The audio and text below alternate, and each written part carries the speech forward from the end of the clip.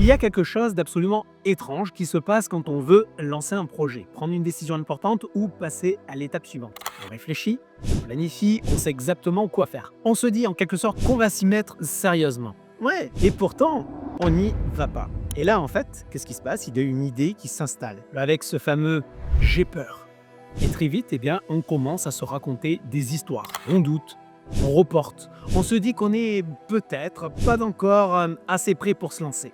Le problème, en soi, ce n'est pas la peur en elle-même. Le problème, c'est ce que l'on en fait. Et dans cette vidéo, on va voir pourquoi cette peur apparaît précisément quand on veut avancer et surtout, comment reprendre la main sans attendre qu'elle disparaisse. Parce que tant que ce mécanisme de peur reste non clarifié, eh bien ce n'est pas votre projet qui est en pause, mais c'est vous.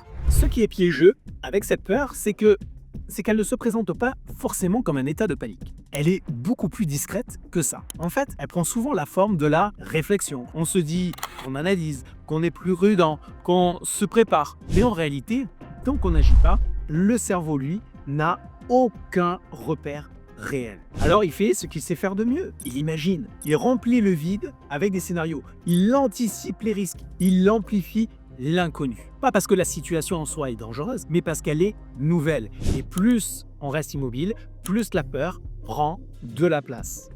Maintenant, à l'inverse, dès que l'on est en mouvement, que l'on est là dans l'action, eh bien, il y a quelque chose qui change. Le cerveau, lui, arrête d'imaginer. Il commence alors à traiter toutes les informations réelles qui se passent autour de nous. Et c'est pour ça que la peur en soi est toujours plus forte avant d'agir que pendant l'action elle-même. Et c'est exactement comme ça que fonctionnent d'ailleurs les pompiers. Le problème, ce n'est pas la peur. Le problème, c'est l'interprétation qu'on en fait.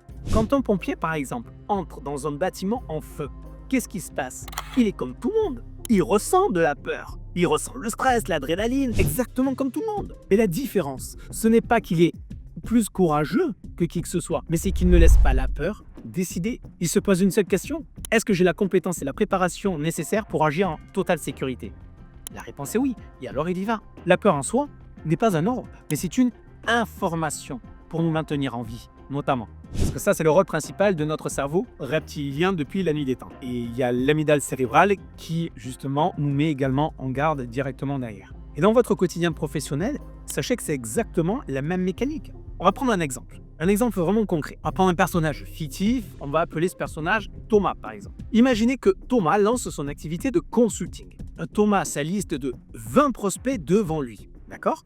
Imaginez, c'est mardi matin, il s'est promis d'appeler tous ses contacts. Qu'est-ce qu'il fait? Il pose son téléphone sur son bureau, il regarde là le premier numéro, il le compose, il regarde son numéro, il a son doigt qui s'approche là du bouton vert, et là, qu'est-ce qui passe? Son cœur commence à s'accélérer, son cerveau à ce moment-là s'emballe. Et il commence à se dire, avoir des pensées, et s'il m'envoie balader? Et si je bégaye? Et si je ne suis pas légitime? Et là, le malaise monte. Alors qu'est-ce qui se passe? Thomas retire sa main du téléphone et il se dit attends, je vais d'abord redire mon script encore une dernière fois pour être sûr de ce que je dois dire. Comment aborder les choses? Là, qu'est-ce qu'il fait? Il ouvre son ordinateur, il change 3 mots et puis tant qu'à faire, il vérifie ses mails. Il se sent en quelque sorte occupé. Ah, ça fait du bien. Et 1 heure plus tard, le constat suivant, c'est qu'il n'a appelé personne. Thomas croit qu'il se prépare, mais en réalité, il ne fait que nourrir sa peur. S'il avait par exemple appelé, même pour se le faire rejeter, il aurait eu une nouvelle information. Quelle est la raison de ce refus? Il aurait pu travailler ainsi sur l'objection qu'il a reçue. Sauf que là, qu'est-ce qui se passe dans sa situation? Eh bien, il n'a que des fantômes sur lesquels il s'appuie. Plus il attend, plus, en quelque sorte, la peur va monter. Et ça va le faire reculer que davantage. Il va monter de plus en plus en stress, en pression. Et de plus en plus, ça va tourner en boucle. Parce que tant qu'il n'appuie pas sur ce fameux bouton d'appel, son cerveau n'a aucun retour réel de la situation, mais seulement des hypothèses. Maintenant, le jour où Thomas va enfin passer ce premier appel, il y a quelque chose là qui va changer. Pas parce que c'est facile en soi, mais parce que maintenant, il a des faits sur lesquels s'appuyer, pas des scénarios. Il sait comment agir, il sait comment améliorer son script concrètement, non pas sur des théories, parce qu'on sait très bien, entre la théorie et la pratique, il y a souvent un monde entre les deux. On a prévu une grande ligne droite, mais la ligne droite n'est jamais droite. La ligne droite se transforme. En général, c'est plutôt ça, en fait. Ça part un petit peu dans tous les sens. On passe à droite, à gauche, on monte, on descend, on revient en arrière, on avance, etc.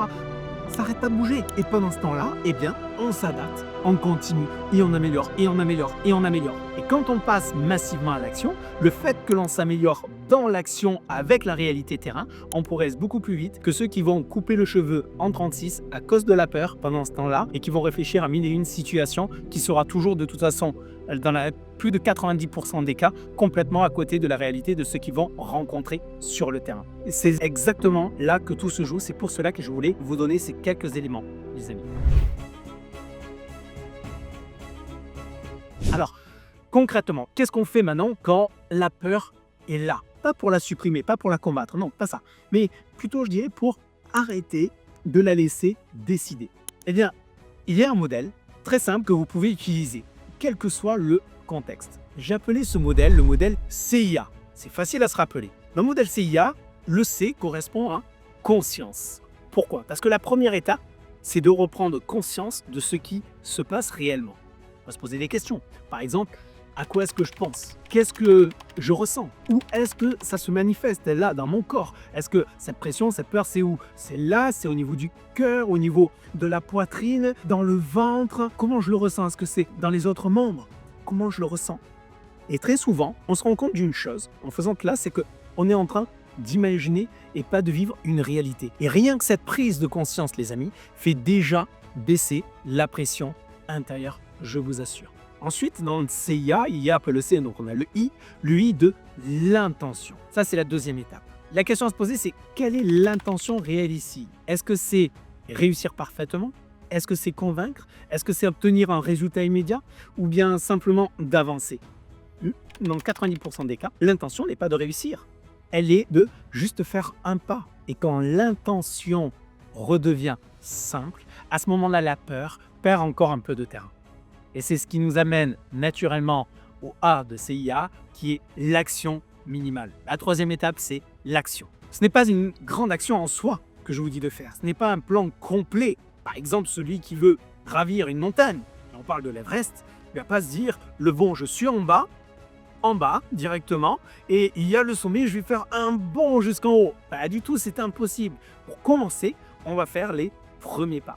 Donc là, l'idée, ce n'est pas de dérouler tout le plan complet, mais juste de commencer par une action minimale. Quand je dis une action minimale, c'est-à-dire une action petite, faisable, immédiatement. Ça peut être quoi, par exemple? Peut-être passer, juste un appel, déjà, voir comment ça s'est passé. Envoyer peut-être un message, prendre une décision facile. Vous savez, en soi, le cerveau peut gérer une petite action à n'importe quel moment. Par contre, il panique face à un objectif global, grand. Je ne sais pas par où commencer. Oh, je vais jamais y arriver. Mais quand c'est tout petit, là, il y va beaucoup plus facilement. Si demain, par exemple, si vous n'avez pas fait de sport au cours de ces dernières années, que l'on vous dit, écoute, demain, tu vas aller courir un marathon, vous allez être en alerte totale. Par contre, si demain, on vous dit, viens, on va faire une marche de 10-15 minutes, là, c'est pas 42 km. C'est plus petit, c'est beaucoup plus facile, donc c'est actionnable. Et donc, vous allez plus facilement le faire. Et c'est la même chose dans le travail, dans n'importe quel domaine de vie, que ce soit dans le plan de la santé, que ce soit dans le couple, dans la famille, dans les finances, dans les relations, dans le travail, dans votre développement personnel, dans la contribution également par les autres. Pas besoin de faire quelque chose de grandiose immédiatement. Mais voyez, étape par étape. L'objectif, lui, est très grand, mais les premières étapes, elles, sont petites. Une fois cette action faite, là, qu'est-ce qui va se passer? Mais il y a quelque chose qui va se passer. C'est que la peur ne disparaît pas forcément, mais ce qui va se passer, c'est qu'elle ne va plus être au volant, aux commandes, et qui va piloter votre quotidien, votre vie. Likez cette vidéo en tout cas si cette méthode vous parle. N'hésitez pas à la liker et à me mettre en commentaire ce que vous en pensez. Vous savez, la peur fera en soi toujours partie du chemin. Que ce soit chez vous, que ce soit chez moi, mais chez tout le monde. C'est pour tout le monde pareil. Chez n'importe quelle personne sur Terre, vous pouvez prendre n'importe quel leader. Tous, on manifeste tous des peurs. Bien sûr que oui. Mais la différence, la vraie différence, ce n'est pas l'absence de peur. C'est la manière dont on décide malgré elle, malgré la peur. Donc la prochaine fois que ça arrivera, ne cherchez pas à vous rassurer. Ne cherchez pas le bon moment, mais revenez à ce modèle que je vous ai livré aujourd'hui, à CIA. Conscience, intention, action. Ça, j'adore d'ailleurs la citation de la journaliste française Catherine Pancol. Catherine Pancol qui disait dans l'une de ses déclarations, elle disait « Ta peur t'empêche de passer à l'action et elle empêchera ton rêve de se transformer en réalité. » Alors les amis, je vous propose dès maintenant si vous voulez bien, d'appliquer le A. Quelle est la toute petite action, celle qui prend moins de 2 minutes, que vous repoussez, que vous pouvez faire, entreprendre juste après cette vidéo? C'est quoi? Envoyer un message? Ouvrir un dossier? Passer un appel? Enregistrer et liker cette vidéo? Eh bien, écrivez cette action en tout cas en commentaire, ne la gardez pas dans votre tête et engagez-vous publiquement. Parce qu'une petite action aujourd'hui vaut toujours mieux qu'un grand projet remis à demain. C'est à vous de jouer, on se retrouve en commentaire. Défiez le statu quo, progressez, réussissez et inspirez le monde autour de vous. À très bientôt les amis.